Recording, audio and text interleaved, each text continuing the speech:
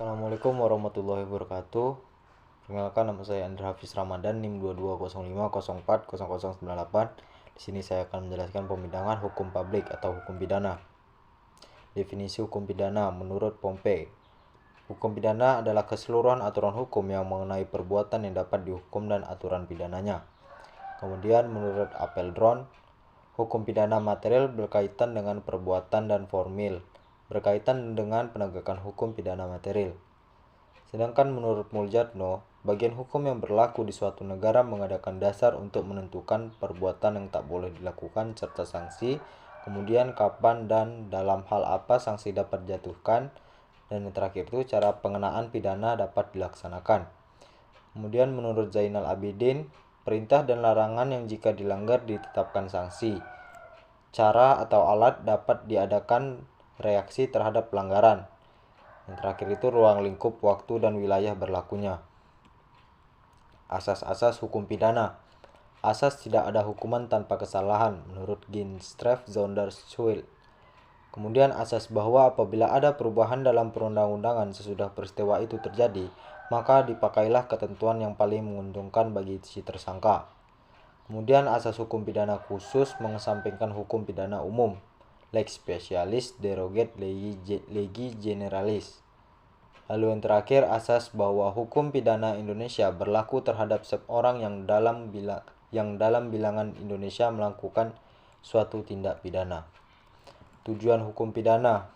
Tujuan umumnya itu melindungi kepentingan masyarakat dan perseorangan akibat pelanggaran yang dilakukan seseorang. Ada 3 aliran tujuan pemidanaan.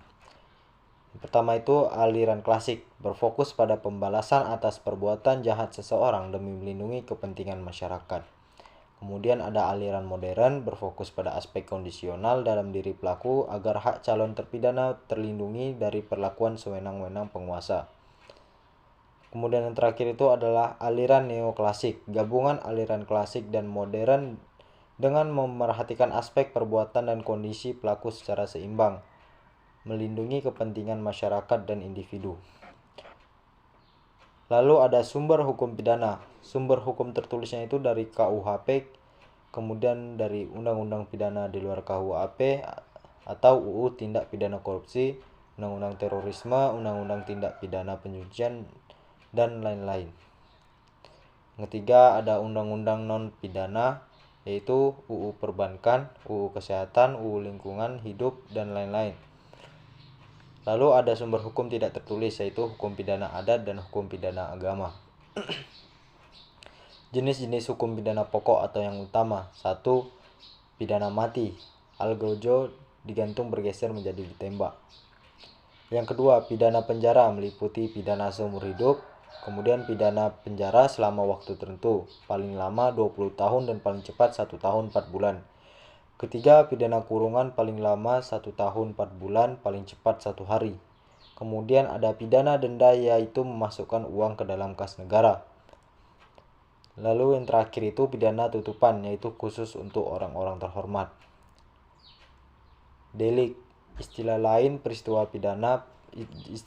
dari delik yaitu peristiwa pidana, perbuatan pidana, tindak pidana, perbuatan yang dapat dihukum, dan lain-lain. Delik merupakan peristiwa yang bersifat melanggar hukum, peristiwa mana pelakunya dapat dimintai pertanggungjawaban atas dasar kesalahannya, dan pertanggungjawaban adalah wajar demi menjamin tertib hukum. Lalu ada unsur delik. Unsur delik itu ada perbuatan manusia atau subjek hukum pidana lainnya, kemudian bersifat melawan hukum, lalu ada kesalahan atau skuld, dan yang terakhir itu perbuatan itu diancam dengan sanksi. Baiklah, mungkin segitu saja materi dari saya. Apabila ada kekurangan dan kesalahan kata, saya mohon maaf. Wabillahi taufiq wal hidayah. Wassalamualaikum warahmatullahi wabarakatuh.